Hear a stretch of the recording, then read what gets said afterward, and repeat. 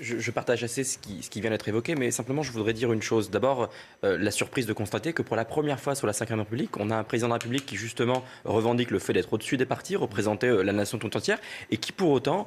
bien qu'il soit un professionnel de la communication et des mises en scène, se met en scène dans le cadre d'une campagne en soutenant officiellement un candidat aux élections européennes. On parle même de sa présence éventuelle à l'occasion d'un meeting, on le voit présent sur la profession de foi, on le voit présent sur les affiches, et finalement je m'interroge assez sur l'état d'esprit de la Ve République qui veut que normalement le président de la République soit au-dessus des partis. Enfin, ce que je veux dire, et je rejoins assez ce qui vient d'être dit, il ne faut pas tomber dans le piège de cette élection européenne. Effectivement, il faut parler d'Europe et il faut déjouer justement le piège qui nous est tendu et par Marine Le Pen et par Emmanuel Macron, qui tous les deux se choisissent comme adversaires principaux. Marine Le Pen est bien contente finalement d'avoir face à lui le président de la République à qui elle veut vraisemblablement envoyer un carton rouge et faire de cette élection le moyen de contester la politique d'Emmanuel Macron. Et on a Emmanuel Macron qui se dit être l'alternative, la seule alternative face aux extrémistes et à Marine Le Pen.